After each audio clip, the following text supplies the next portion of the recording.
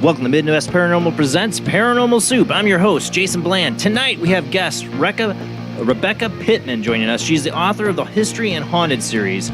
She's done deep research into several haunted locations, wrote books about each, like the Stanley Hotel, Myrtle Plantation, Lemp Mansion, Lizzie Borden, and the Salem Witch Trials.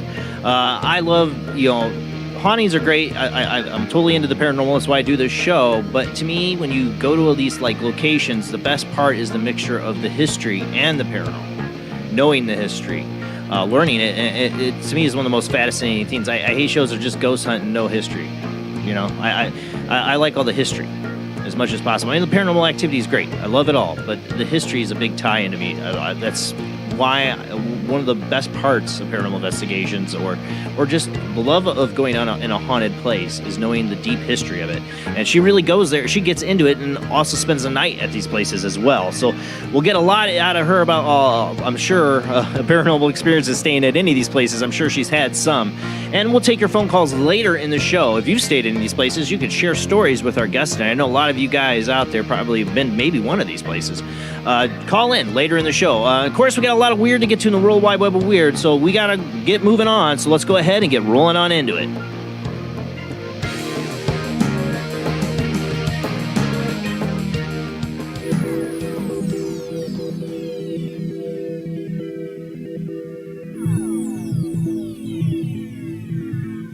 Welcome to another night of Paranormal Soup. As I said before, I'm your host, Jason Bland. Tonight's guest, Rebecca Pittman, will be joining us after the World Wide Web of Weird, after our first commercial break. Jamie, sadly, tonight can't join us. She's out of town. But Rob Autry from St. Augustine, Florida, is joining us tonight. Thank you, Rob, for joining us. How you doing? I'm doing. Got torn up by wasp this weekend, so, Oh. They're wasps are nasty, man. Yeah, they are. Yeah. They're a grumpy little thing. Respect nature and all that. Wasps are out of nature, but man, I got stung in the ear by one when I was a little kid. Oh my God, that's probably one of the most painful things. I put my hands on a burning muffler, and that was pretty painful. But man, a wasp sting is pretty close to it on your ear. Yeah, they're nasty buggers. Well, guys, we got a lot of history to get to tonight. A lot of history. We do with our guest tonight, Rebecca Pittman, author of the History and Haunting series. But we got a little weird to get to tonight. So let's go ahead and roll into the World Wide Web of Weird.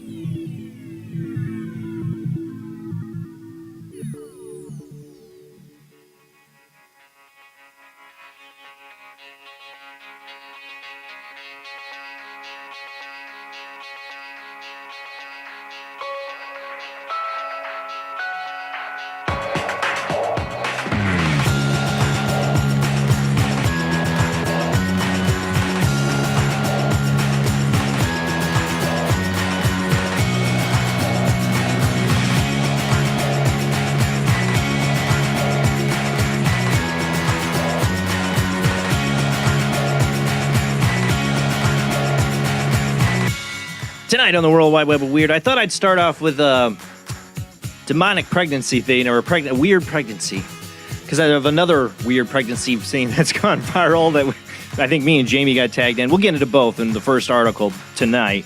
But the first one is 19-year-old woman claims an evil spirit made her pregnant. Where's Maury Povich when you need him with the pregnancy test on that? And the father is Beelzebub! For those listening on the Paranormal Soup Radio Network, we are a live webcast streaming out live to Facebook, YouTube, and Twitch every Sunday night from 10 p.m. to 1 a.m. Central Time. You can do the time conversions for everything else. That's my time, to tell you. So tonight, first article, excuse my voice box there for going. 19-year-old woman claims an evil spirit made her pregnant. I got the shorter article from Unexplained Mysteries here. So stories of unexplained pregnancies have been around for years. Back in 2021, for example, police in Indonesia investigated the case of a woman who claimed that a gust of wind had left her pregnant. I think we covered that one. The more recent example, meanwhile, concerns a young woman in Colombia who made local news upon claiming that an evil spirit was responsible for unexpected pregnancy. She claimed that occurred after she had started experiencing a spate of strange dreams and feeling of a supernatural presence in her bedroom at night. When she unexpectedly missed her period, her mother had taken her to the gynecologist, where it was confirmed that she was indeed with child, and despite allegedly having never been with a man. Even she was somewhat puzzled, however, by exactly how it happened. Her story quickly went on to become a topic of hesitated debate on social media, with some arguing that she had made the whole story up, and others backing her up with references to similar stories. Ultimately, we may never know for sure exactly who or what was responsible. The original article is from Oddity Central. This, is a story that is going around social media, but what overtook social media is go to PhotoBee. I don't have the article because there is no article, because the original article was a joke site, but it's hilarious. Heather Wood, thank you for tagging me in this. This was hilarious. I'm sure plenty of you saw this. Did you guys do it on Weird Wednesday? Yeah. Yeah, I figured. But it was done by a satire site. Bigfoot knocked me up. I thought it's funny that this is like going viral, and there's like a woman down in Colombia that's actually like claiming she's pregnant by a demon. I don't know. Blame Bigfoot. I don't know. Blame demon. Yeah. Blame a 12-pack and some rupees. I don't know. Yeah, I don't know. But, I don't want to make fun of that person, because there is, the original article. I mean, there's folklore of that. It goes back to ancient times. Yeah. People claiming demonic pregnancy. Almost. Dios. I think Damien and the Omen, but I could just see your mom's, smacking her with a wooden spoon or something, wanting to know where the man is. It's not a man, yeah. Mom. It was a demon. A demon. It was a demon. Yeah. I mean, if it's true, that would be a horrible position for a young woman to be in. Yeah, that's for sure. Nobody's going to believe you. What's the baby going to look like when it comes out? That's what I want to know. Yeah. Needs to be a follow-up. Never is. All right. Remember we had Pat Spain on a month or so ago, or 2 months ago. I can't remember. It's a little while. Not too long ago. He talked about the Rang Pendek. Well, now there is actually a research team that is going in search of a Rang Pendek. There's a picture of him. Tom Biscardi and his team will be searching for the remote jungles of Thailand for the Rang Pendek. Bigfoot sightings are not, and this is from Unexplained Mysteries, I got the shorter version here. Bigfoot sightings are certainly not unique to North America. Reports of mysterious hominids can be found all over the world in countries such as Brazil, Russia, Australia, and China. Now researcher Tom Picardi, who is no stranger to seeking out evidence of these creatures, has announced that he will be leading a new expedition to the jungles of Thailand, where he and his colleagues will search for evidence of Bigfoot variant known as the Rang Pendek. Reports of the Bigfoot, or Rang Pendek, as it is known in Thailand and other parts of Southeast Asia, are not new phenomenon, but due to a variety of reasons, it is a neglected region for boots-on-the-ground searches, said Picardi. In the U.S., looking for Bigfoot and other cryptids has become an industry. Searches are accessible, or even for a non-voice, there really are no barriers. This is not the case in Thailand, where the weather, terrain, wildlife, culture, and politics are all create limitations. Only a team like mine with more than 50 years of experience hunting Bigfoot around the world could take on such a trek. Joni Biscardi on the adventure will be tracker and survivalist Robert Holmberg, as well as experienced researcher and activist Chris Contreras. I am confident that along with the help and input of the Thai government, officials, academic leaders, and local experience with stories, sightings, and encounters, an exhibition will be informative and successful not only in creating the definitive historical library of Bigfoot in Thailand, but will also produce clear evidence of the monster, he said. I don't like the last part. Why? Because he uses the word monster. Yeah. I hate that. Why? You're cool. You're cool. Like, everything you want to do. But the last part of that, where you have to call it a monster. We're going on a monster hunt. Bringing pitchforks and torches. Maybe not call it a monster when you're talking about. I mean, you're not hunting it. You better not be hunting it. Like find it, take some photographs, some video, some specimens. I don't know, but don't be hunting it and don't call it a monster. That's the only thing I don't like about that. It's cool that they're going there and actually doing this expedition. And if I remember right, when we had a Pat Spain on, a Rain Pedek is like your shorter Bigfoot. It's like not the big one. So that makes it calling it a monster even more silly. Yeah. All right, moving on. NASA holds its first ever public meeting on the topic of UFOs. Woo-hoo. Seriously. Like, a little late to the party. Yeah. The panel, which was comprised of 16 experts, including astronaut Scott Kelly, met up at NASA's headquarters in Washington on Wednesday to discuss anything and everything to do with UFOs. Sadly, for those hoping to hear details about specific U.S. military encounters with UAPs, were left disappointed as no such details were provided. Although the panel did reveal that the U.S. Department of Defense All-Domain Anomaly Resolution Office had received over 800 sighting reports. Whoop-de-doo. On a small fraction of those, however, could be considered generally anomalous. During the event, members of the public were also given the opportunity to ask questions. One person brought up the issue of whether NASA would even disclose evidence of extraterrestrial life if it happened to find it, or if it would keep it a secret from the general public. Astrobiologist Dr. David Grinspoon was keen to emphasize that NASA would be highly driven to share such evidence and referenced the finding of possible signs of life in Martian meteorites in 1996. This is later debunked, although some still believe that the findings were the real deal. If we discovered something, we would try to make sure we were right, and then we would loudly and proudly let the public know about it, he said. On the topic of UFOs, Dr. Daniel Evans, Assistant Deputy Associate Administrator for Research, while on title, wanted to make clear that so far at least they'd seen no evidence that UFOs are extraterrestrial. I want to emphasize this loud and proud. There is absolutely no convincing evidence for extraterrestrial life associated with unidentified objects, he said. Yeah. Mm-hmm. Yeah. I get that. Like, well, NASA would be on board. They would be on board. They want the funding. Yeah, if they can find some microscopic life that doesn't scare you and raise public panic, and they can get funding from that, sure. But if they actually find extraterrestrials here, that doesn't help them any. Yeah. They'll give money to, the Space Force for the military. They'll get money. NASA, no. Yeah. You can't. Yeah, let's move on. Anybody these days. Speaking of space races, next article. China sparks new space race with plans to land humans on the moon. How's that going for us? When are we supposed to be going there? 24, 25, 20, 30? I heard 2024. 35. I remember that. That's next year. Right? Yeah. Do you have the feeling that's happening? No. In a move that's sure to stir up memories of the 20th century rivalry between the United States and Soviet Union, China has revealed plans to land an astronaut on the lunar surface by 2030. They're pretty confident that we're not going to 2024. Yeah. I mean, that it will now be directly competing with NASA's Artemis program. During a press briefing, Deputy Director of the Chinese Manned Space Agency, Lin, I'm not going to say her name, damn it, stated that China would be prepping for a short stay on the lunar surface and human-robotic joint exploration. So they're going to send more droids up there, robots, whatever. We have a complete near-Earth human space station and a human round-trip transportation system, he said, noting that a fourth module for the Tiangong space station would also be launched. an appropriate time to advance support for scientific experiments and provide the crew with improved working and living conditions.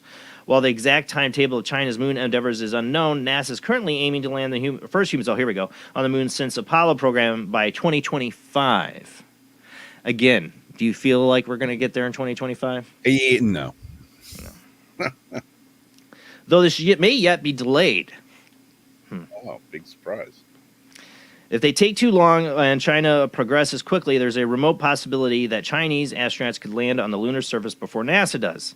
Even so, China seems to be keen to collaborate with the U.S. where possible. Our country's consistent stance is that as long as the goal is to utilize space for the peaceful purposes, we are willing to cooperate and communicate with any country or aerospace organization, said, some lady I can't pronounce, technology director for the Chinese Crewed Spaceflight Agency.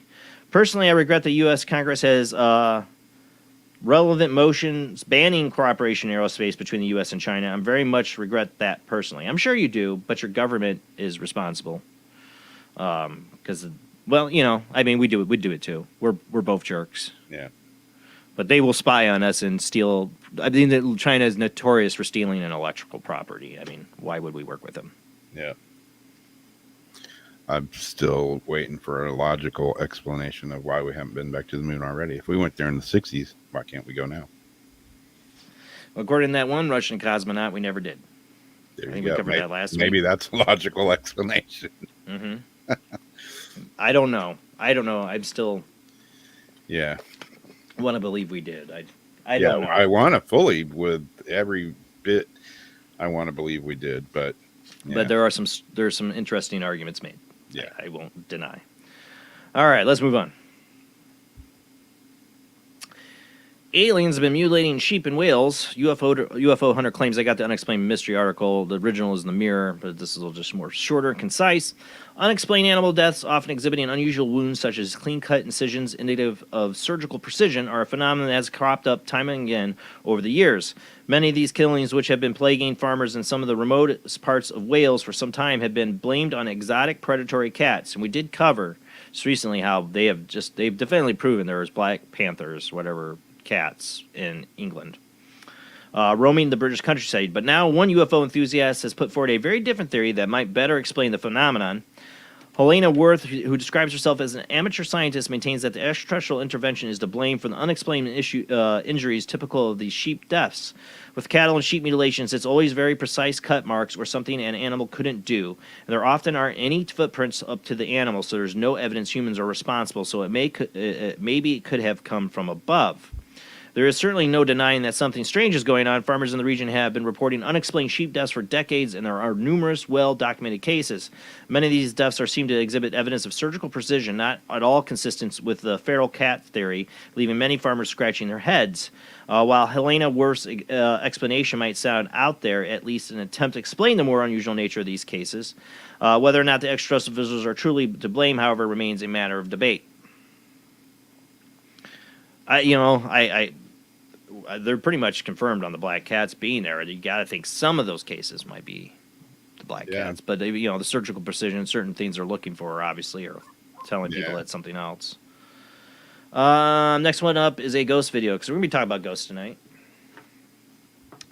Ghosts filmed in Argentine butcher shop. This is a TikTok video. You know how I feel about TikTok. Get rid of your TikTok. Puzzling piece of footage. Blah, blah. Circulating online shows what appears to be a ghost exiting the back room of a butcher shop moments before a knife inexplicably falls from a table.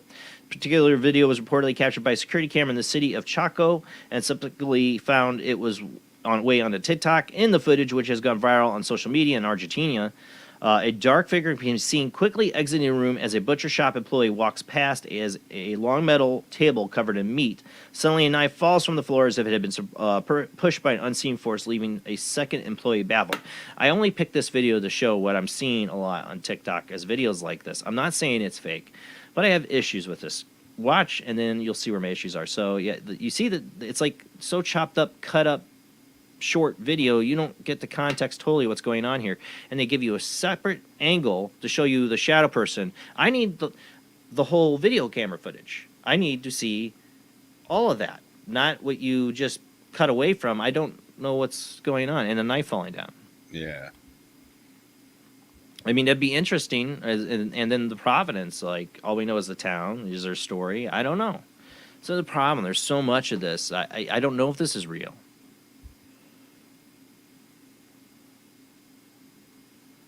I mean, if it's fake, it seems like a lackluster. Why bother? I don't know. But you just have this one quick image of somebody walking out. If it's true, it's interesting. Yeah. All right, last article of the night. Speaking of butcher and shops and meat, that meat could be a ghost itself. We've talked on this show. And my friends, before I ever did the show, for many years I'd ask, would you eat meat grown on a stick question? And people would miss the grown part on the stick. I don't eat meat on a stick. No, grown on a stick. No thanks. Cultured, grown. And it's always interesting to get people's answers, and they vary. It's not all the same. Some people are disgusted. Some people are like, I don't know. Maybe I'd try it if it wasn't bad for me. Well, a new article from Science Alert has some questions. Lab-grown meat has a big problem very few people know about. And in spite of advances in making laboratory cultured meat products taste like the real deal, we're yet to see a single factory pumping chicken nuggets out of a vat. That might not be such a bad thing, according to a recent study by researchers from the University of California and the University of California, Holtville. They warn current production methods of lab-grown meat could end up being way worse for the environment than beef farming. They always say, it's such a bad thing on the environment.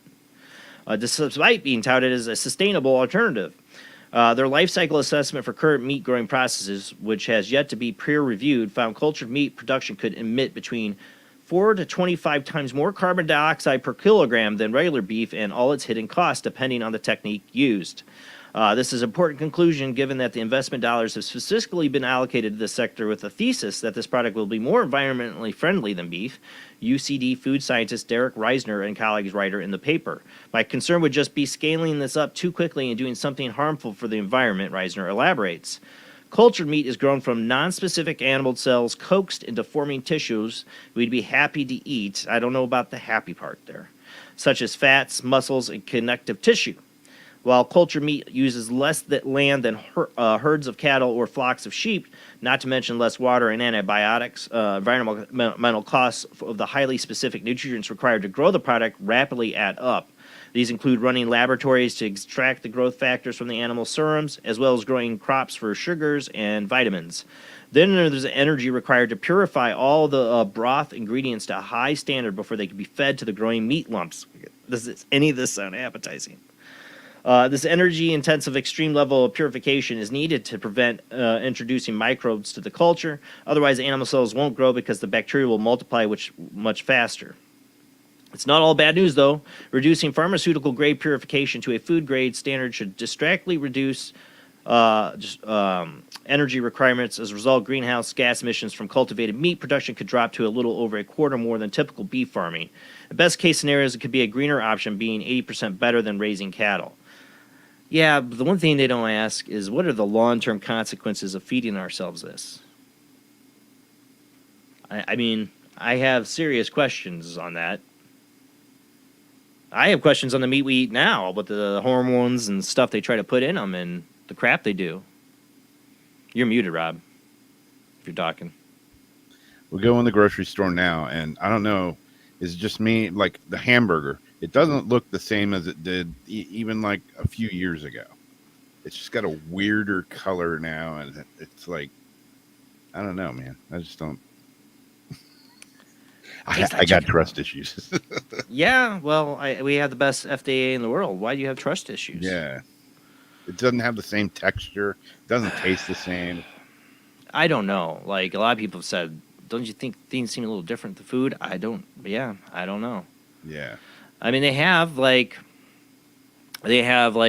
beef options that are like way more expensive, or they're like no hormones and all that stuff. And here you can spend more money to get it. Yeah. Why don't we just have all the meat be that way? Exactly. Why does the FDA approve all these things that could be reckless and dangerous long term for us health wise? Exactly. How come our FDA how come they approve things that other countries are like, no way? You know who is heavily investing in this research are your fast food giants. Oh yeah. Because they're all looking like, yeah, please. Yeah. You know, because if they can get it eventually where it's mass produced and it's cheaper, then damn straight they're going to go and try to force it down our throats. Yeah. Oh, you want a hamburger? That's going to cost you $35, but you want a lab-grown meat burger? Yeah. That'll be $20 because inflation will be. Exactly. It'll still be $20, but it'll be a lot cheaper than the $35 real hamburger. Yeah. You remember the movie Demolition Man? Oh yeah. You remember they like go down there and he's like, look, Sylvester Stallone's looking for a hamburger, and they're like, oh, here we got you. He's like, what is this rat burger? He's like, it's better than the crap that they were up there. The rat burger was better than whatever that foo crap they were eating in Demolition Man. Exactly. That's what I picture our future like. I see more and more like that. What was it on Star Trek or something where they had the thing? Was it Star Trek? I can't even remember. The replicator. Yeah, the replicator where. So yeah, they basically, I guess in theory, my dad would definitely probably school me on this better, but with the replicators, it's replicating the basically the same meat over and over again. I think it's taking some kind of like molecular putty and turning it into that. I don't know. 3D printed hamburger. Yeah, but you would want. I've always wondered that Star Trek. Is it a copy of the same cow that they just replicated over and over again? Like, what are the long term consequences of that? They never talk about that in Star Trek. I don't know. That's it for the World Wide Web of Weird. I know we got weird tonight. I'm a little bit off my game tonight. Our guest tonight is Rebecca Pittman. She is author of the History and a Haunted series. We're going to talk about some of the places she's been to and researched, is like the Stanley Hotel, Myrtle's Plantation, Lemp Mansion, Lizzie Borden, and the Salem Witch Trials when we come back from the short commercial break.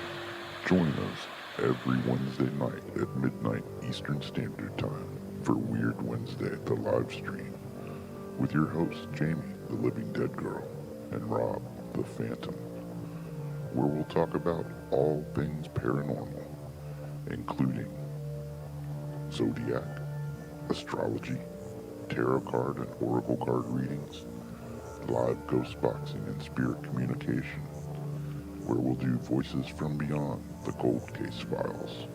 So we hope you join us live on Facebook and YouTube every Wednesday night at midnight Eastern Standard Time. We hope to see you there. Bye-bye.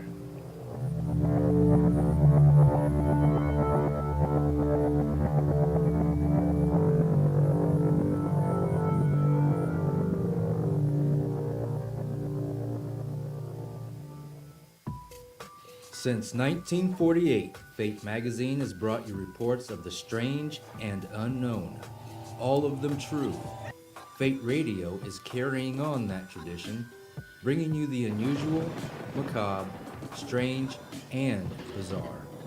Join host Kat Hobson Sunday nights from 8 to 10 p.m. Eastern on WBHM Digital Broadcasting.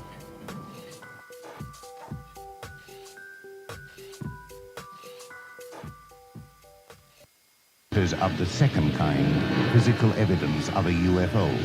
Close encounters of the third kind, contact. From Steven Spielberg, the director of Jaws, comes one of the most ambitious and unusual films ever made. And what you will see has never been seen before. It's a cosmic mystery crossing what many scientists believe will be the next threshold of human experience. It is called Close Encounters of the Third Kind. It begins in an Indiana town and leads to one inescapable conclusion. We are not alone.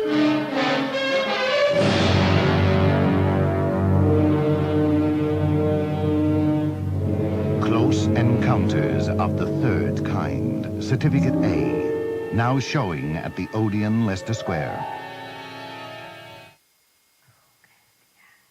The international chart-topping Haunted Horror of Haverfordwest has been described as terrifyingly real, a must-read, shocking and chilling brilliance, genuinely worrying, utterly frightening. Don't read before bed.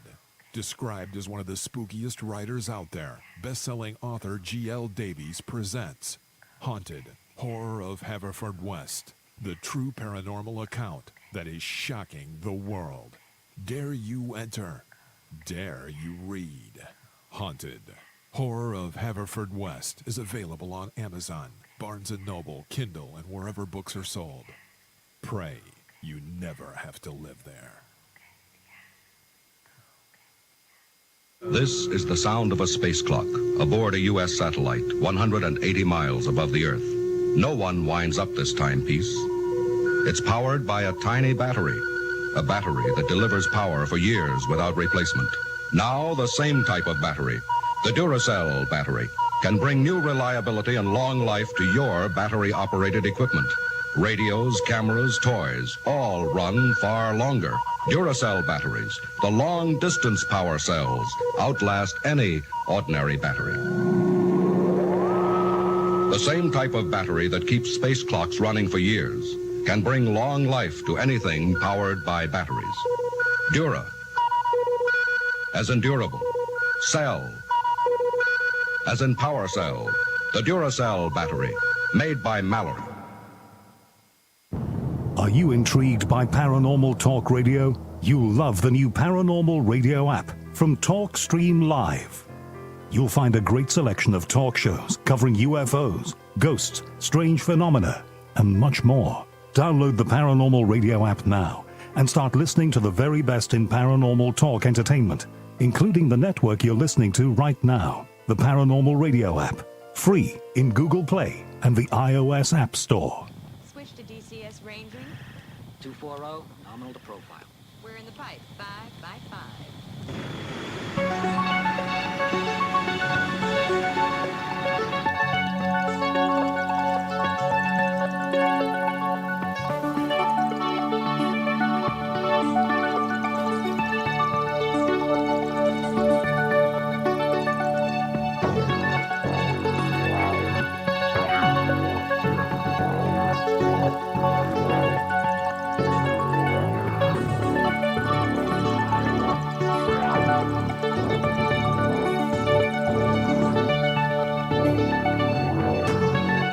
Well, tonight's guest is supposed to be Rebecca Pittman, but I don't have her in my,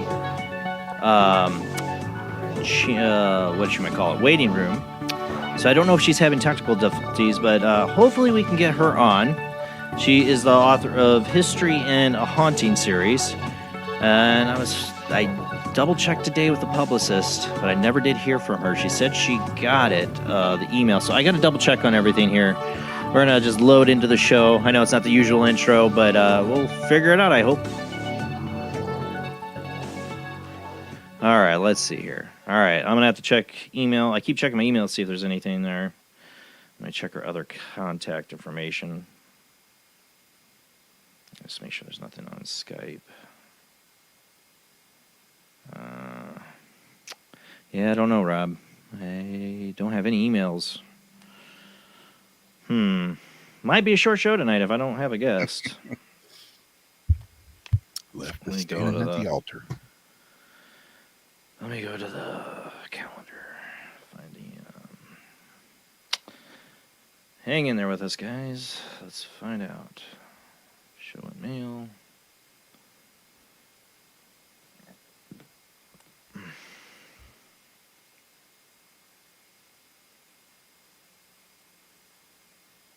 And there's that. I had Rebecca. That's a website link. Could try. Oh, there's a cell number. I could try calling in a Skype ID. I guess I will try calling the cell for backup. It is for backup. Hello, Domino's Pizza. Hello, you've reached Rebecca Pittman. I'm sorry. All right. Well, that didn't go.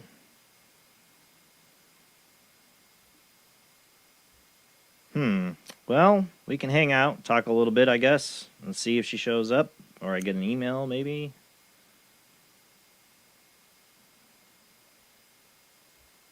I'll send her an email.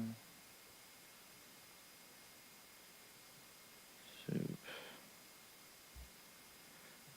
Yeah, it doesn't happen often, but sometimes wires get crossed or times get crossed.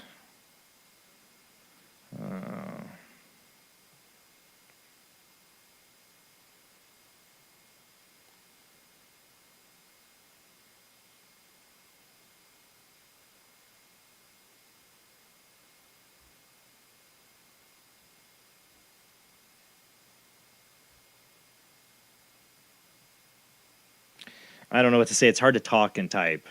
How you been, Rob? Yeah. Yeah. Been pretty good, I suppose.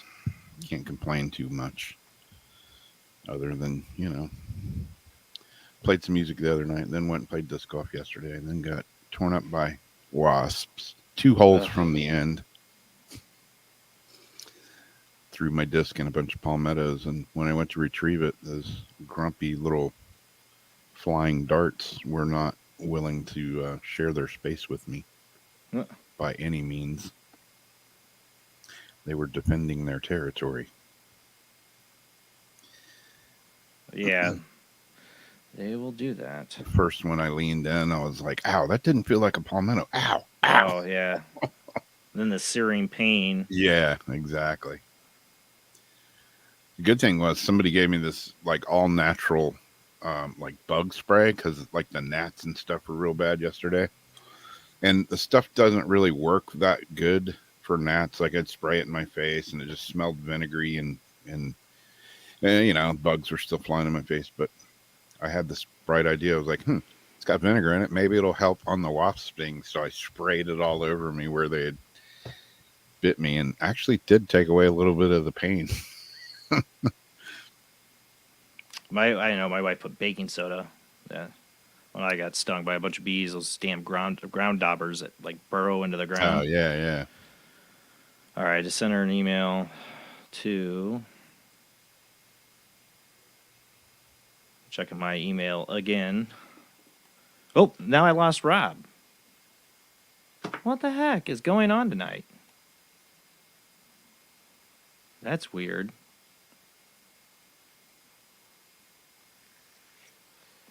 Well, there he's back. Did you hit the wrong button? I don't know what happened, man. It okay. did this to me last Wednesday. It just I remember. Or well, I remember on my show, I think you hit the wrong button or something happened. Really popped up. Yeah. I don't know. We'll see if the guest comes on. Yeah, no. I was like, yeah, I'm really screwed.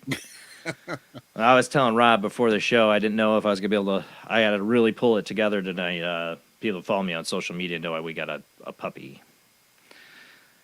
Update on that, it's not going so well. Yeah, I don't want to get into all of it, but yeah, I don't know how well it's going to work out, and it's breaking my heart. And it's taken a toll a little bit tonight. So if we don't have a guest, it's probably a good thing because I know I'm not on my A game because of it. So it's definitely throwing me off. But I double checked. I mean, I had sent her an email, the guest, and contacted the publicist.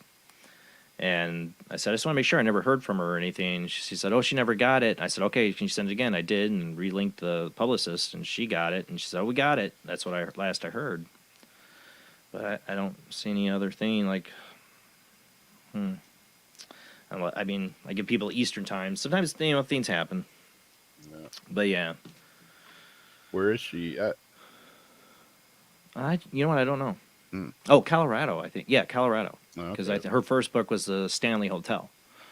Because she lived near Estes Park, which I love to talk about. That's like my bucket list place to go is the Stanley. Like, when I was a kid, first horror movie I ever saw, my mom, I begged her and begged her and begged her to let me watch. I don't remember how old I was. She could tell you. But I was young, too young probably, to watch The Shining. I think it's because we had just gotten HBO. Mm-hmm.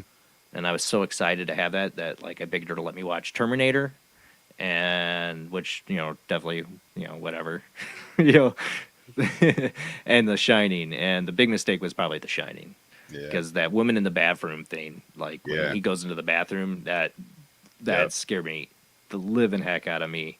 Like there was a moment, like I remember being in a bathtub. My mom's giving me a bath after that, and like she had put on some makeup, and I saw her, and it just reminded me of that woman from The Shining. I started screaming at her. Oh man. Yeah, but then I got repaid with it when I woke up one night to my kid. Like he's like, "Oh, I want to watch this, Dean," and I woke up and realized he watched the whole movie. I thought it was like he's gonna pass out. This is gonna bore the heck out of him. Especially, I'm like, he's never gonna make it past the winding road scene with the Yeah. creepy music. Yeah. You know, Lawrence. Like, he's Yeah. not gonna make it past this. No, I woke up to him. He finished the whole movie. I'm like, The I'm end like- with Jack Nicholson sitting in the snow. yeah, yeah. But then I grew up and I loved the novel, like even more. And I'm like Stanley Kubrick's version. I'm a big Stanley Kubrick fan, and so I love what he did, you know. But then there's the Stephen King novel, and I understand Stephen King wasn't happy with the Stanley Kubrick version because it definitely it's like a high speed version of of what happens in the story. Like, Yeah. like he basically is a jerk and kind of crazy to start in the movie, but in the novel, it's a progression into insanity, Yeah. into possession or influence or the ghost getting him or whatever. And that they didn't film it at the actual Stanley Hotel Yeah. because they couldn't, you know. But then Stephen King made a remake, and there's a lot of critics of that remake. But what I love about it, and I own it on DVD, is it was done at the Stanley Hotel, Yeah. and it's closer, a little bit closer, a lot closer to the novel. Just it had the guy from Wings in it. Remember that show, Wings? Yeah. Yeah, it's hard to outdo the Jack Nicholson. Everybody's used to the Yeah. Jack Nicholson, just the stare, Stanley Yeah. Kubrick. Yeah. You know, I get it. I don't What's- know, guys. I don't have anything from the guest. I don't know how much longer we're gonna go here. I'll give it a little bit longer.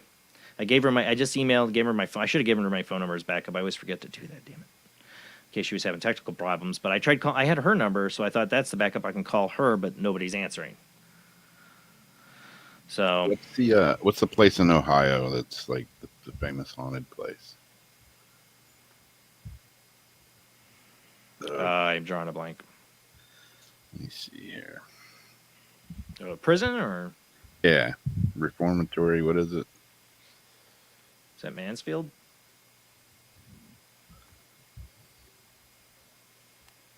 I'm getting my prisons mixed up. Looking for the audience. They usually beat me to it before I Google it. Yeah. Yeah. I'm waiting. Who can Me get there too. first? I like No. my There's Mansfield, Texas now. Prison? Okay, it is. Oh man, Because I know that was the one. Yeah, Mansfield. Because it's the one they did Shawshank. yeah, that's it. Yep. Yeah, I got a friend that was just there yesterday, and he'd written me right before he went. He lives here, but went to Ohio, and he was going there, and was going to take the whole tour of the place, and was wondering, you know, what the history was about it. And I was like, I'm kind of like drawing a blank on it at the moment. Yeah. So it was pretty creepy. And I looked it all up, and the entrance and the grand foyer and all that looks, it's all been nicely redone, but the prison part is still pretty sketchy looking.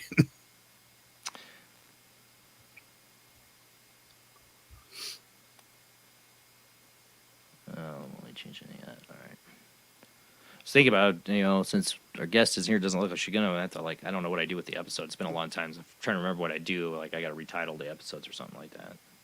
Won't be much of an episode. Yeah. But I saw somebody commenting about what we were talking about the meat. What was it? That it was a Taco Bell, and yeah, it was a Taco Bell in Demolition Man. They were saying, and I'm like, yes. But it was like puny little jelly things, food, didn't look like natural food at all. Mm. Yeah, I go to the grocery store here now, and that's, Impossible Burgers, Beyond Meat. It's like all these different brands of fake meat, and I'm just like, I can't. I tried the Morning Star. I like, I like Morning Star. Yeah, I like their original, whatever they call them, grillers, burgers, or whatever. Mm-hmm. And I tried the sausage and the other. You know what? The best one from them is the buffalo chicken patty. Really? I get that. That's what I take to lunch every day. I People haven't are like, tried man, I that. thought this was a paranormal show. Yeah, exactly. Sorry, I haven't guest tried in that show. It's really good. Like, yeah, it's really good. Like, I make a little sandwich with it. Huh. You know, if there could be like a legitimate, like, non-environmentally harmful and not harmful to me meat substitute that could be introduced that tastes good, I'm good for it. Yeah. Yeah. I don't want to have to kill animals. That'd be great, but I don't trust what scientists will just do without a lot of thought sometimes. Anything And, that's got Bill Gates involved in it, I'm not down for that. yeah, definitely not. It's very concerning to me how much farmland he's buying, and then he's sitting there with John Kerry telling them that we need to cut these farmers' emissions and environmental impacts down, and have like a fund to buy out their farms. I'm like, no. Yeah. We saw you do that in Belgium, and those people had been protesting, the farmers and the people. Mm. Now, you want to cut down on environmentally harmful, because it is there is environmental harmful. I mean, meat production is a nasty thing. I'm not going to deny that. It is a nasty thing to the environment and just spiritually. I'm telling you, I've been to places that are abandoned meat factories. Yeah. They're haunted. They're haunted. You feel the mojo. It's bad. Yeah. It's like a scar. I mean, as humans, we've pretty much always eaten meat and this and that, but when you put it on a commercial scale, an industry scale, an industry level, I mean, it's not fun. I mean, I on a completely different level, I was into snakes and had hundreds of snakes at the time, was breeding them and selling them and all that. And we were, raising rodents and stuff. And that's what snakes eat. Yeah, it is what they eat. That's what they eat. And, I have to go and kill, euthanize, hundreds of them at a time. And man, I felt horrible, every time I did that. It's just like, yeah, I know. I've had friends that have had snakes, and I don't get it. I don't get the appeal of that. I get the appeal of a cute puppy, but until you have to live with one, and then yeah, I screwed up. Just so people know, it's my fault. Whatever happens with the puppy, I screwed up. Oh, cute, adorable puppy. It's bigger, but no, I made a promise to my wife we wouldn't try to get a puppy, and we ended up getting a puppy. And I made a promise not to get a big dog, and we got a big dog. So that's all on me. Dumbass dad. But the kids are a little worried too. It's a big puppy. She's a good girl, but she's a puppy, and she jumps and snips, and I'm worried about her snipping at their face because she does it to me. And I'm worried about my cat. We have a 16-year-old Siamese, beautiful girl named Luna. That's our baby, even though she's an old lady now. I'll tell you, that cat will not back down. Oh no, they don't. No, she waits. You know what's funny is that Jade will go outside, and every time Jade comes back inside, Luna, no matter where she is, gets up, makes sure she gets to that door before Jade gets back in, and sits right there. She even swiped like, "Get out of my house." Yeah. She did that earlier. She's like, "Yeah, get out of here. It's not going good." Just so people update on the cute puppy that I posted on Facebook way too prematurely. I was just excited. We lost our two babies. I mean, they weren't babies. They got to live long, healthy lives. It's hard for me to talk about this, but Bella and Asia were our smaller dogs. Bella was a puggle and Asia was a pug, so that's what we were used to too. We had a pit bull in our house for about a year almost when a friend of ours lived here. But that's about it. We were in our 20s, and that was somebody else's dog. So we're used to smaller dogs, and I think that just was too much for my wife and kids. So I screwed up. That's how I feel about it, because I am attached to the dog, but I also see how it's a huge problem in this household. We don't live in a very big house, where people know. And the housing market sucks. Oh yeah. It's crazy what they want for house prices. I know we are not on any paranormal topics. Anything in the chat room you want to talk about, we can. Turquoise, yeah, it's not the guest canceled. I don't know if wires got crossed or, I contacted the publicist today because I had like a feeling, like I hadn't heard anything from the guests. I usually by Wednesday send out the link and explanation of when to join the call and how it works. And she supposedly never got that email, according to the publicist. So she said, "Here, resend it." I just resent it. I'm never gonna mail your Damon phone notice like I'm sending it to the wrong email. I hope I'm not. And Michelle, that's the publicist, said I got it, and she's great. She's a great publicist. So these things happen. It happens. I'm surprised it hasn't happened more often. I can't imagine when Art Bell or Heather were doing 5 days a week, just trying to schedule guests. Heather, especially when she was doing it all on her own, and have guests not show up because I watched it happen to her a lot. Yeah. Especially trying to do 5 nights a week. Has trying she to been find a back on guest. air at all? Speaking of No. No. Another depressing topic. I shouldn't get into. Welcome to paranormal. Welcome to paranormal. Is that what it's tonight? I am so sorry. Drowning. I am a little bit depressed tonight. This probably good thing we didn't have the guest. I would have faked it for you all. I would have really given it my all shot. And it's easy when you have a guest because they can talk about it. This lady would have been good, I think. She's when you write that many books, and she's into true crime too. So we'll figure it out with her. And so I just got interviewed, and I don't know. That's not it. Damn, I just had an email. I'm like, oh no. We'll figure another time to get her on. I'm sure. Just wires got crossed somehow. It happens. It aliens, but we're aliens. It's aliens. It's aliens. I saw another article I had for the World Wide Web of Weird that I just took out, but the reason is because it's Stephen Greer. They're supposed to have some kind of conference where they're like new June 12th. And it's Stephen Greer. I don't know. Yeah, I brought that up on Wednesday, and I was like, and Stephen Greer, and sorry, he's been caught in BS.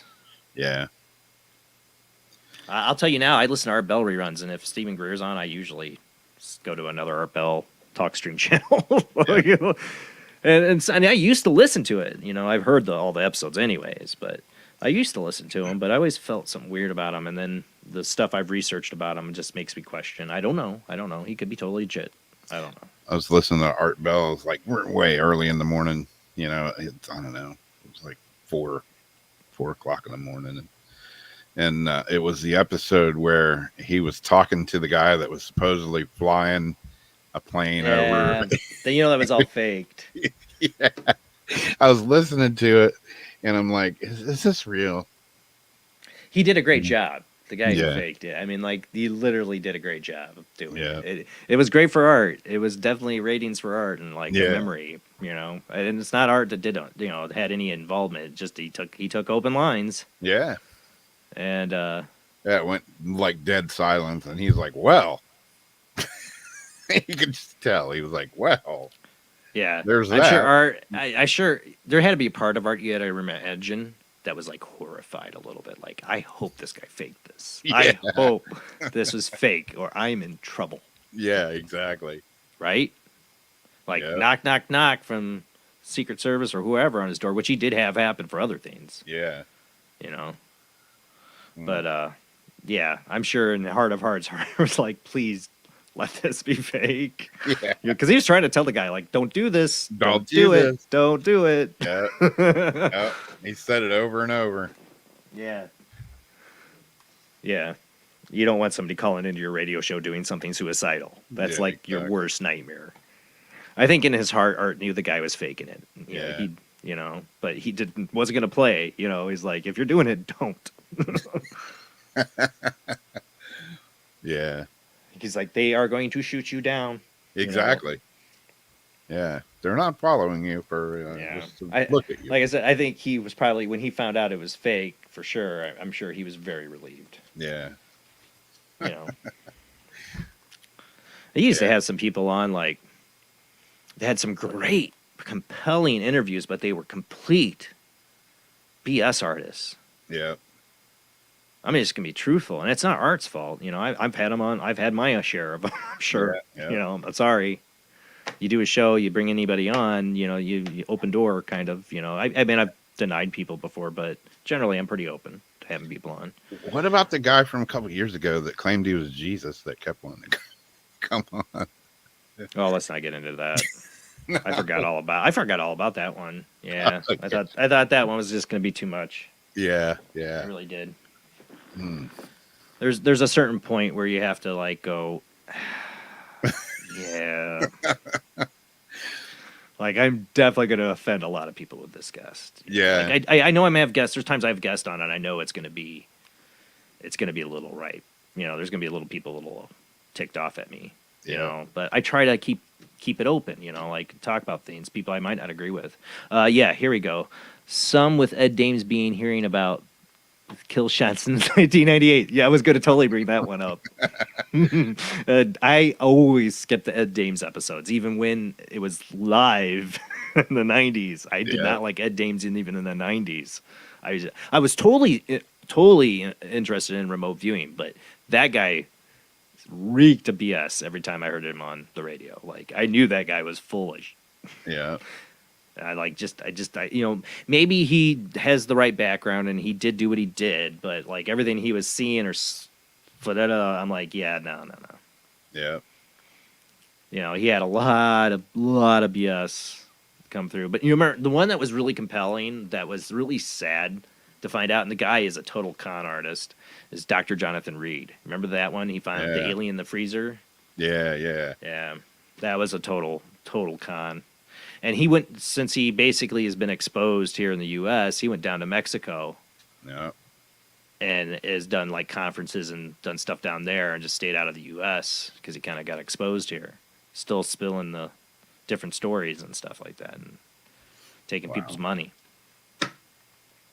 That's this field. I mean, that's what happens. Anything like this that's a mystery and nobody knows, and it's wonder and imagination and things that come into it. People that are con artists or super highly big time BS artists. Some people are not even in it for the money. They just are BS artists. It's an ego thing. Yeah. One guy I avoided having on the show was that John Teeter too. Yeah. I think, isn't that one Heather had on and she's like, oh, and it did not go well. Yeah. Is that the time traveler guy? Mm-hmm, he was trying to say he was John Teeter, and I'm like, I know the John Teeter case pretty well, and no. Yeah. But, it's not easy. I mean, I have some good publicists that get me good guests, and the publicist that got me this guest has got me a lot of good ones. And wires get crossed. She contacted the guest. I don't know what happened. It happens. It does. And it is a late night show, so I do know my guests will fall asleep sometimes. Yeah. If it's a little past their bedtime. But I do the late night show because kids are in bed. Now Doggy's in bed. She's a good dog. She sleeps through the night pretty well, and she's crate trained really well. The foster did an amazing job. It's just not the dog I think it's going to be able to handle this small household or two kids that have not been around a big dog like this, even though they wanted one really bad. Now they're a bit intimidated a little bit. And it's not like she's aggressive. It's just she's a puppy. She's all up on you. Yeah. Well, yeah, like Craig says in the chat room. And then there are people who aren't BSing, but they're still nutty as a fruitcake. Yeah, there's people that really believe they're bullcrap. That's a sad case. Those are people that have mental delusions. Yeah. Like the Halley's Comet cult. I think that was one cult leader that actually believed his BS. You don't cut off your balls and if you're not committed to the idea, I shouldn't laugh. It's horrible. It's horrible what happened. It is a horrible thing. All right, we're going to talk about the Salem witch trials. You talk about, people can be manipulated by con artists and cults and all that stuff, but then there's like mass hysteria cases. People are just manipulated by everybody else's stupidity and fear. Yeah. See if anybody's got anything in the chat room here. I am a skeptic about time travel. Well, I mean, I think everybody should be skeptic of time travel. There's all these time travel TikTok things now. I'm like, yeah. But I think there's there could be a possibility. I mean, I think the possibility of what we're seeing in the skies of UFOs could be possible evidence of time travel. Yeah. Bigfoot could be time traveler. or Oh yeah, I agree with this one dimensional too. I agree with this one too. I 100% agree with that one, Anthony. Oh my God, so much. I mean, sure, he's a nice guy. Maybe he's not a nice guy. I don't know Richard C. Hoagland, but as a guest, he bored the heck out of me. It's like, I get it. You believe there's something on Mars and NASA's hiding it. I don't know what to tell you, buddy. Like, I don't know. He was just... My favorite was Evelyn Pagalini. She was the Italian witch. Yeah. Oh, yeah. She's deceased now. I love that Evelyn Pagalini. That was my favorite guest he would have. And of course, the Exorcist guy. Think of his name. Yeah. Sciencey can be boring? Not true, because one of my favorite guests he's had, one of the scientists, was Michio Kaku, and he's been guest on other shows. I love Michio Kaku. If I'm saying it probably wrong, but I love him. I could listen to him, anybody interview him. Science can be very interesting. Just depends on who the scientist is talking. Like Neil deGrasse Tyson, I can't stand listening to that guy talk. Bill Bean, yeah, I can't stand that guy. He's not really a scientist. But yeah, I mean, what was the Exorcist's name? I can't think of it. Yeah, she was Estrega, the Evelyn Pagalini. Yeah, witch. She was my favorite guest. Oh God, what is that guest's name? Can't think of it. Exorcist. Yeah, I've been watching some of the. I don't know what it's called on YouTube. There's a series of the Exorcist files or something. I don't know what it is. Kind of interesting. Just cases of exorcism, or yeah. I can't remember the name of it, but I can't even remember the name of dang it. Was like his famous Hostage to the Devil. God bless it. Oh, Evelyn turned out to be a real Satanist. I asked Art, and he said it was true, but by then she had died, and what would be the point of talking about it? True.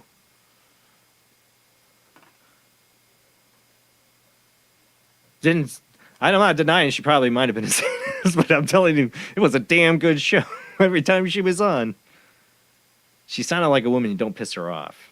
yeah. Yeah. What was the thing she said I used to love? It's easy to be good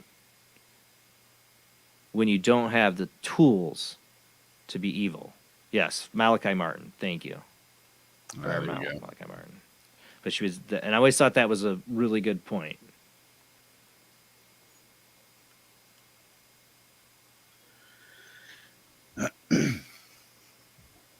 Yeah, I hadn't listened to Art in a while, and I started catching him on some of those late night shows and reruns, and I'm like, damn. TalkStream Live. We have a channel on there. It's TalkStream Live has a paranormal radio app. If anybody ever is interested, there is a Paranormal Soup where I play a bunch of old reruns on there. But there's a ton of Art Bell. There's a ton of Art Bell channels, and they probably outrate everybody. Yeah. As everybody mainly gets on there to listen to old Art Bell shows. Yeah, he was the king of the late night paranormal radio, no doubt. Yeah. One that everybody, when I talk about Art Bell, is like, what do you think about people that start checking it out? What do you think about Mel's Hole? That sounded like BS to me, too. Even when I heard it, but it was super interesting. Some of these guys could really sell you on the story, Where's some of the other ones he had over the years that really good? I mean, those are some of the top ones I've enjoyed. I've always loved the EVP, International Ghost Society, I think it was, or whatever. He'd have on with Barbara, and I can't remember the other names. And they do the EVPs. Yeah. Yeah, those are also my top favorites to hear, even to rehear. You know, those were great guests. And then some of his open lines and his ghost to ghost shows. Yeah, yeah.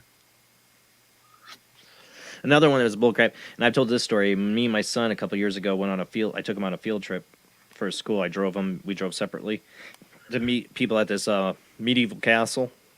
It was like medieval times, you know. Yeah, Which was like one of the best days of my life. I got to tell you, we had such a good time, and I was so nervous about driving him, like a long 2-hour drive, and doing it because I'm not a driver. But it was one of the greatest times. And what we did on the 2-hour drive is I played Art Bell because I told him I need this to calm my nerves driving, you know. And we heard the Bigfoot episode came on where the guy talks about shooting the Bigfoot family, and burying them, which turned out to be all probably BS. Yeah. But man, Dean was so like enthralled with that. Like, we had to wait like before we were like running out of time. He's like, "Hold on, I want to hear the end of this." You know, interview. I'm like, "It's pretty much over." And he's like, "No, wait." You know, but that was a great father-son bonding time. You don't get enough of, but yeah, that's how I introduced him to Art Bell. He loved it. Like, are all the episodes about Bigfoot? I'm like, no. It's all different kinds of stuff. This was a guy who called in and claimed all this. Is it true? I said, I'm going to be honest with you, probably not. I don't know. But, yeah. I don't know. Well, I forgot the caller's name that called in with that one. I was talking with somebody else. Can't remember if it was Josh Turner or somebody I was on the phone with. We were talking about that one. But yeah, I don't think that one was real. Like I was sucked into the Jonathan Reed one real good with the alien in the woods. He really spun that tale really well. But it is a bunch of crap. I mean, he had pictures. I mean, not just spun a tale. He went to full broad. He had pictures of the alien in the freezer. All that stuff. It's just like even before Art Bell was the Billy Meyer case. You know, like this guy would have these great pictures of UFOs and talk to the Pleiadians and. You know, but yeah, then they find models of the UFOs in his house and other weird stuff, and he starts forming a cult. And I'm like, yeah, still out there too. Wow.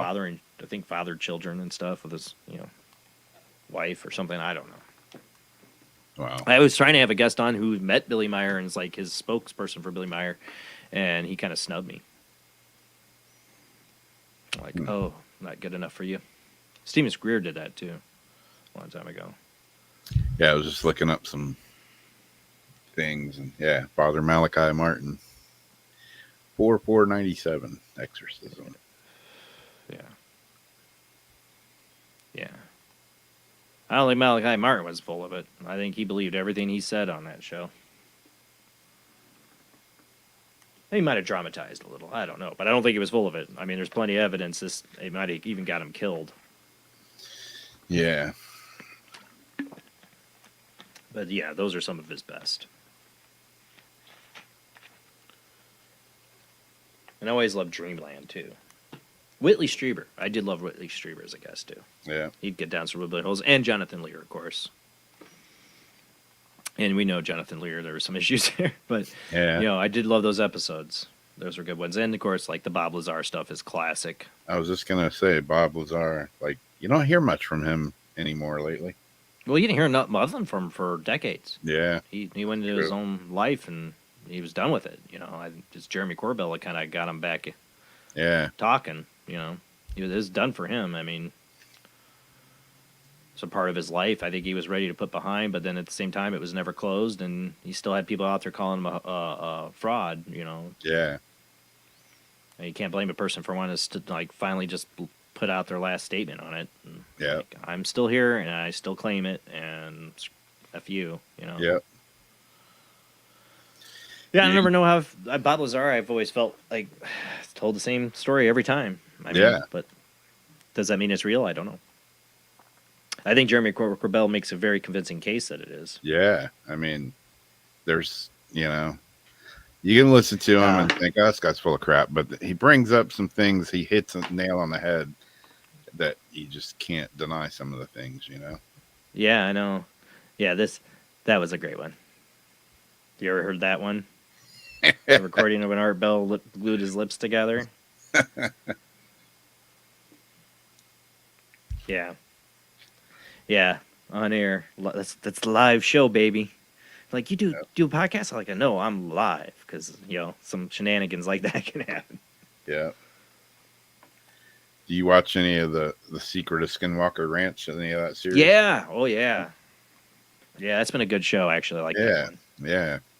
Because they're trying to figure it out. It seems pretty legitimate. They're running tests, doing stuff. Yeah. I like that one a lot. I might get much into these shows hardly anymore, but that's one I've watched. I haven't watched all of it, but I've been watching. The only thing I don't like is they'll get into an experiment and they'll go, well, we're running out of time. I know it's TV, Yeah. So, but like, no. Edit. You don't run out of time. Spend all the time. You spend days, and then come back you edit tomorrow. that down. You just come back tomorrow and just edit that in. For us audience, it's fine. Run out of budget. I don't know. But yeah, I think that's highly interesting. Yeah, there's something going on there. It's interesting when they, every time they start doing something, getting into something, that all of a sudden there's, there's helicopters like hovering over them, and somebody's surveilling them. Unmarked. Maybe, or I don't know. Yeah. The problem with TV, even with Skinwalker Ranch, is I still don't trust. Yeah. Hollywood and TV production. Yeah, what they it's might TV. do to make ratings, make stuff. But I feel like it's legit. I feel like they're trying to be legit and do actual tests. And, I don't know. It'd be if they're going to find anywhere or get proof of anything, that might be there. Because the paranormal it's like I always compare it to that Warner Brothers dead frog thing. Like the one's like, hello, my baby, hello, my darling. The guy tries to get it to dance for everybody, and it just plays dead. That's the paranormal. Yep. It's like when you have Terry Lovelace on sometimes, and then later on that night we have helicopters June flying 18th. over our house. Yeah. June 18th, I believe, right? I think so. Yeah, June 18th, Father's Day. Yeah, we'll have Terry on to talk about his new book, which it's not that he's had a near-death experience, but he's been, he gets all these emails from people who read his books, and he got several emails where people said, I don't think I've been abducted. I think this is what basically happened in the book, but they're saying, like, but my near-death experience reminds me a lot of your abduction experience. And it's about near-death experiences. Free Fall is the name of the book. I think it's out already. I think, you can get it on Amazon right now, Free Fall by Terry Lovelace. And he's got stuff going on in his life like I do. Makes it hard. He needs to get out and promote it. So he had to reschedule, but I put it in the advertising role for people to know that he does have a new book called Free Fall. You should definitely check it out. Waiting to get my copy, too. It's a little behind on getting the copies, but I will definitely get a copy of this book. Probably not before June 18th, sadly, though. Yeah. That's all right. Me and Terry can talk about it. That way I don't give anything away. Yeah. I haven't read it yet. I don't know. I sound kind of crazy, but every time he's been on the show, there's something about, I don't know what it is, but he always brings up these weird memories out of my mind. And I don't know why. Yeah, that's what happened to me when I first read his book. Before I even had on the show, and I was reading the book. Before I ever met him, or had him on the show. Yeah. I had started reading his book because Heather had him on, and I'd hear this interview, and it made me think about it, but really got me when I read Incident Devil's Dead. It brought back some stuff. Yeah, I never did hear anything from the guest. She might have fell asleep. I do a late show. Yeah. I mean, I'll never forget when my friends that was in a paranormal group with me was like, I'm going to be on your show, man. I want to co-host. I want to sit right next to you. I'm like, you can't do that. You don't know my setup, dude. It's really one man. I got everything around me. I don't have a two-man setup. I'm like, I'll get you on the video call, though. And maybe if I had a two-man setup, this wouldn't have happened. But I get him on the video call, and he's a firefighter. He's not getting a lot of sleep, and he falls asleep live on the show and starts snoring live on the show. Yeah. That was the early days, right? Nobody falls asleep now. I've been waiting for it to happen to a guest. They're Yeah. talking and they're like, "You there? You there?" I 'Cause it did is not like- have that one time when the guy came on with what he was doing the Well, you do like the meditation stuff. yeah. I was sitting there and I just like totally like Jamie was texting me, Rob. You know, that's one good thing that's come out of this whole dog situation is my mom. My mom has been a super help. She's a dog lover, and she's been trying to help my wife with this the stress of this. My doing. But my son's got that anxiety. He's got that horrible anxiety from this, and he's a little high strung sometimes. Dean is. He's got little issues he gets, I think, from both of us, but some of it, quite a bit, from his mom, and he's had high anxiety all weekend from this whole situation, and I feel awful. But one thing I've always tried to get him to do is meditate. Yeah. And I walk into the bedroom and they have like waterfall sounds playing, and my wife's like, "We're meditating." She's got him meditating now, and he loves it. So Cool. if anything good came out of this, is that now Dean's totally into doing meditation. Yep. It helps. But I do want to say thank you, Mom, if you're still listening. Probably not. You probably fell asleep, but she's been a big help this weekend. And my wife's friend Leslie was a big help, and other people too. But it's been tough. Yeah, puppy. It was a bad idea. Should have done an older dog and a smaller dog. That's weird. This morning I woke up, I had a feeling like somehow I haven't heard from the guest. It's because I hadn't heard from my guest. I had a feeling like I'm not going to have my guest tonight. For some reason I know this. And that's why you double checked. Still nothing. So we're probably going to call it a night because I don't know how much longer we're going to go. I mean, you could call in. Anybody can call in right now, but I don't know how much longer we're going to go without a guest. I don't really have any other plan.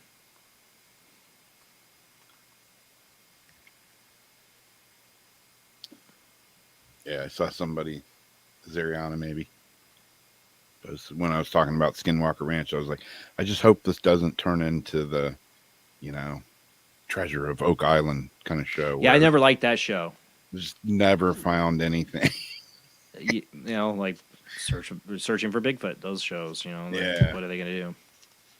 But Oak Island, it's just like, how long people have been really digging at that same stupid island for treasure? I mean, really, you're not going to find anything. Yeah. It's just like, I saw the first episode was interesting, and then I'm like, okay, I don't think you can have a whole season of this.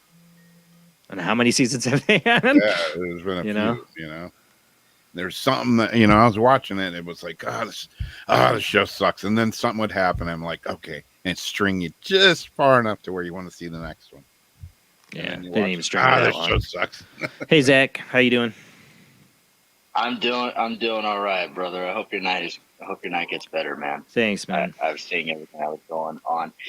Trust me, man. Owning big dogs is not an easy thing. I mean, I've had them since I was a kid, so it definitely does take a lot. My of wife patience hasn't. She is more of a cat person, but I got her into dogs with the small dogs, and that was her entry into having a dog.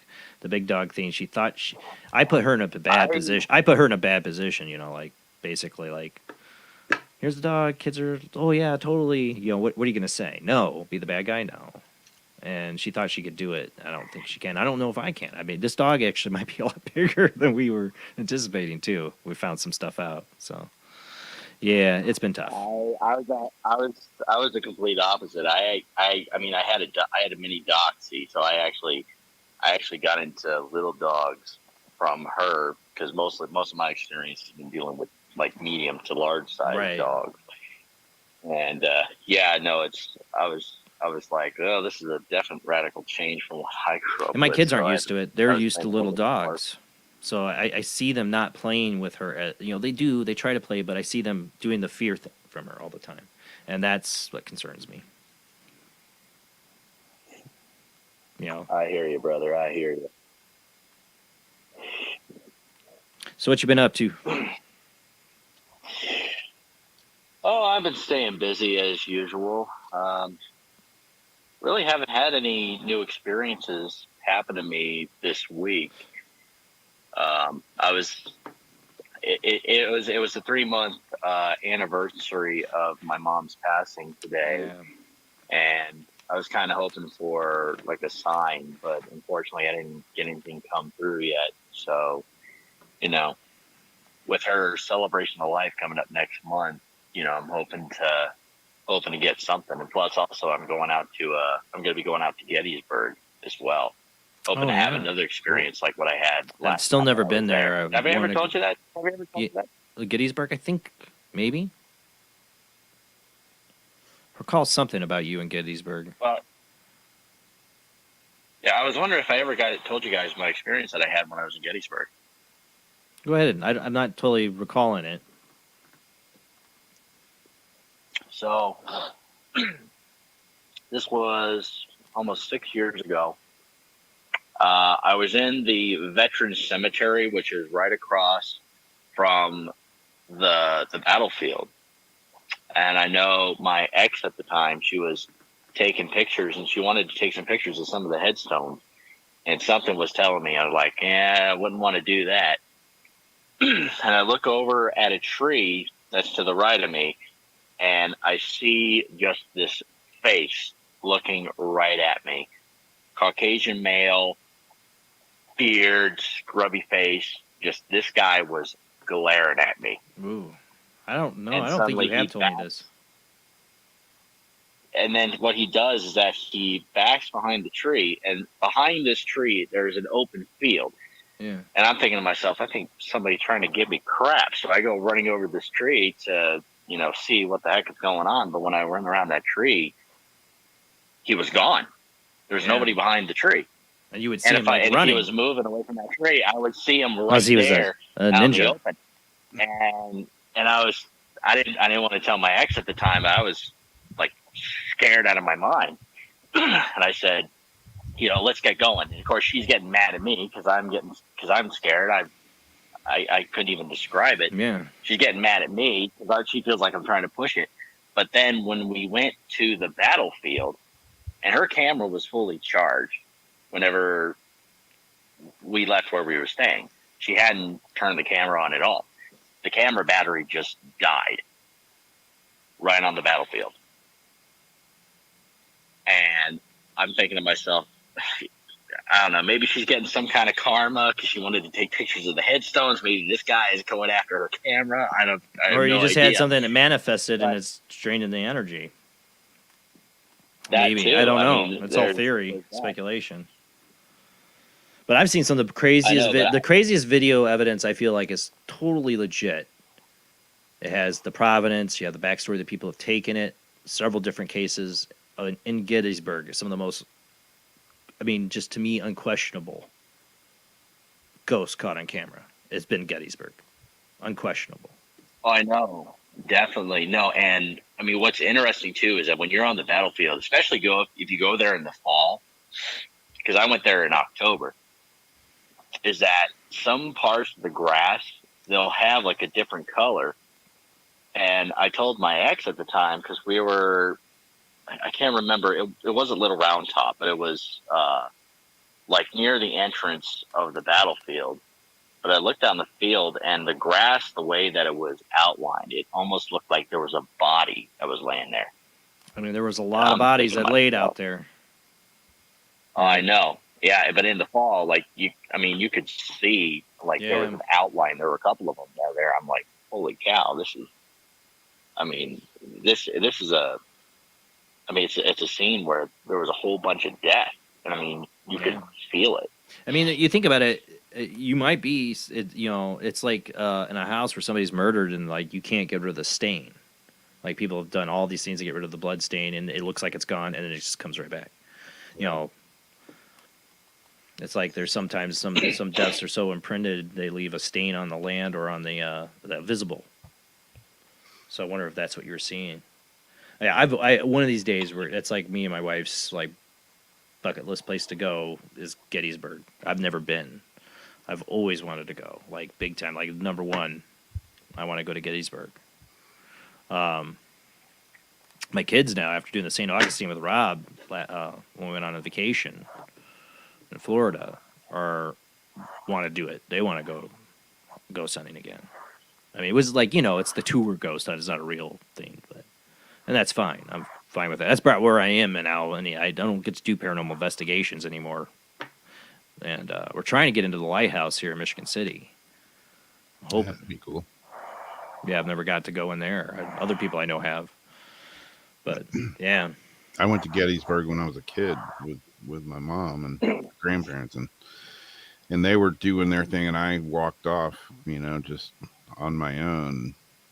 And I remember a lot of weird things. I remember seeing people walking like out in a field, and just like thinking, where are they going?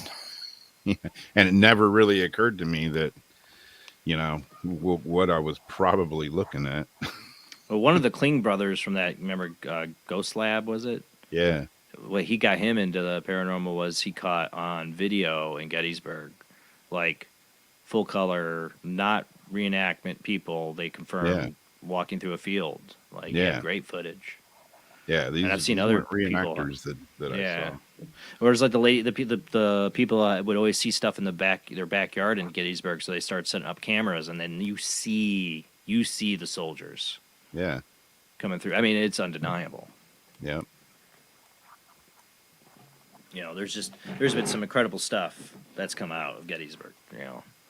And it's sad that it has. We get this to get that kind of paranormal activity, you have to have massive death. Yeah. Horrifying, brutal scar. It's how bad the Civil War was.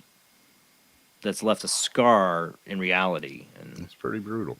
The veil is thin, and here we are, funding more wars in other countries, and they're just stupid. Yeah.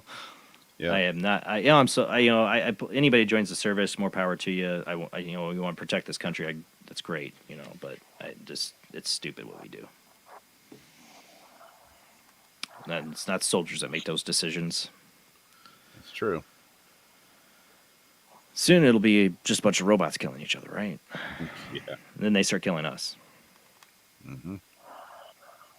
So you're gonna eat the meat grown on a stick?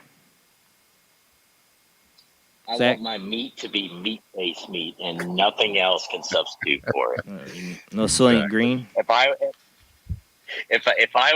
want a chicken sandwich, I want my chicken to be made from chicken. Every day I eat a veggie buffalo chicken patty. It is the best thing in the world. I love it better than real chicken. I'm telling you this right now. I'm just being honest. I get that sentiment of like, I want real meat, but I got addicted to these things. I'm going to have to try those. That's the one I haven't tried. The sausage and all that, I just can't. It's the Morningstar one. Yeah. Buffalo chicken. I made myself a veggie omelet once, and it was probably one of the worst tasting things that I've ever made. Wait a second. So how? It was made with just egg, and then I used vegan cheese, which is coconut based. And I put peppers and mushrooms and all that. But the thing was, though, is that, like, when you use the just egg, is that it burns quickly. And I tried to hold a straight face when eating it. I even posted it up on Facebook. It was probably one of the worst things that I ever made. And I said, you know what? This vegan omelet could really use some eggs and real cheese. That's what I want in my omelet. So yeah, I'm like, I don't know how people can eat this. I'm like, oh my gosh, this is horrible. And then it's like the time when I had vegan fried rice at a vegan restaurant, and somebody came up and asked me, they said, well, how did you like your meal? And I said, well, it could use some chicken and eggs. That's what it could use.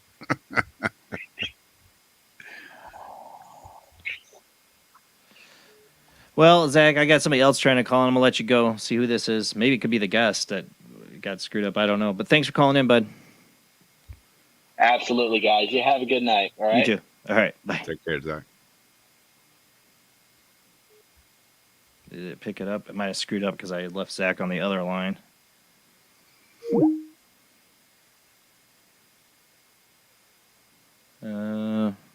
Let's see. Now they're not calling back. Well, that was a different phone number. Let me see who was calling. Private. You must call. All right. I don't know. There it is. They tried calling in. Zariana says if it's 860, it's her. Okay, I just tried calling you back as Ariana. Calling her back. Yeah, I make vegetable omelet. Oh, wait. Oh, all right. Let me end it and accept that. I think this is her. We're trying to call each other. Is that you, Ariana? Yeah, it's me. Hey, Sorry. there you are. No, it's all right. I think I was trying to call you at the same time you tried to call me. Yeah, I got some voicemail, but anyway, yeah. It's lucky Zach has been to Gettysburg. I've been trying for years to get there, but I never seem to get there. Yeah, I hear you. I've never gotten there either. I've gone through Pennsylvania, but I've never got close to Gettysburg. Yeah. Yeah, if I would have been close enough, I would have stopped.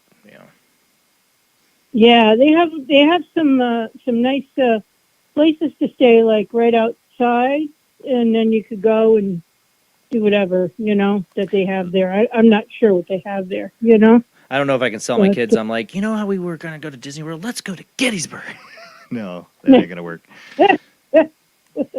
Yeah, I made a comment. I said, the ground is filled with the blood of the dead. Yeah. Because of the horrific, the war and stuff, Civil War and stuff like that.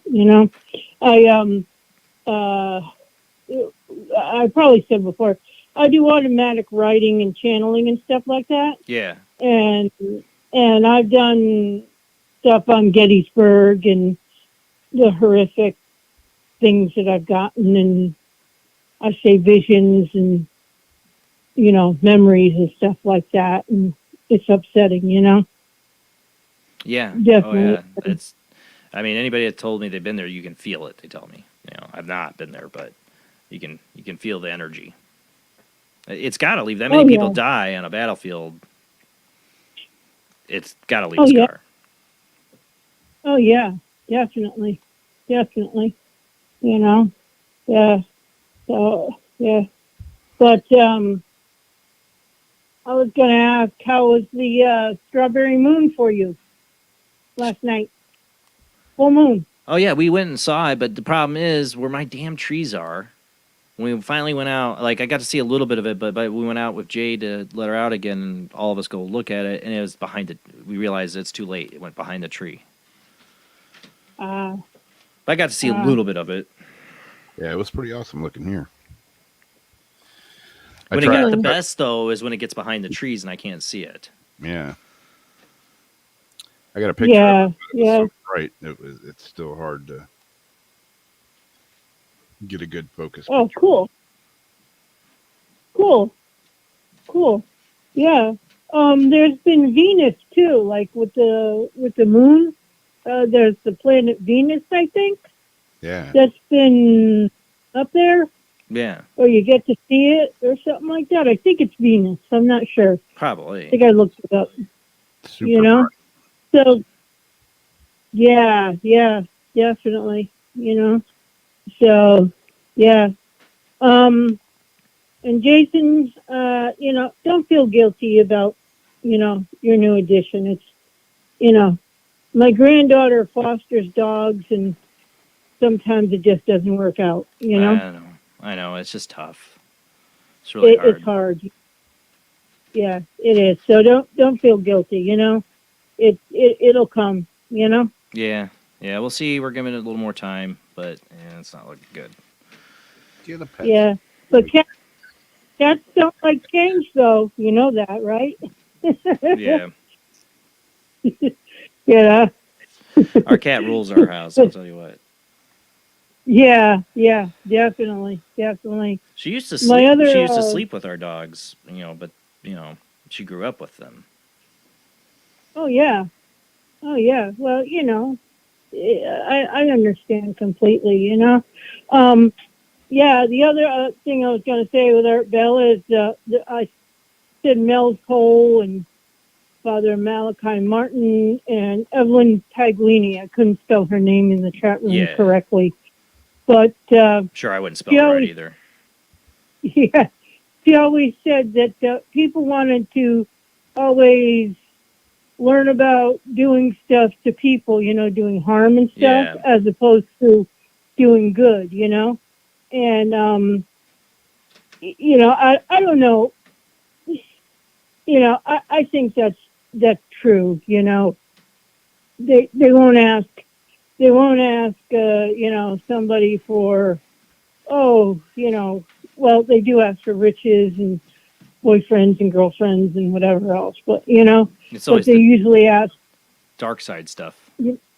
Yeah, they want to hear about that, and there's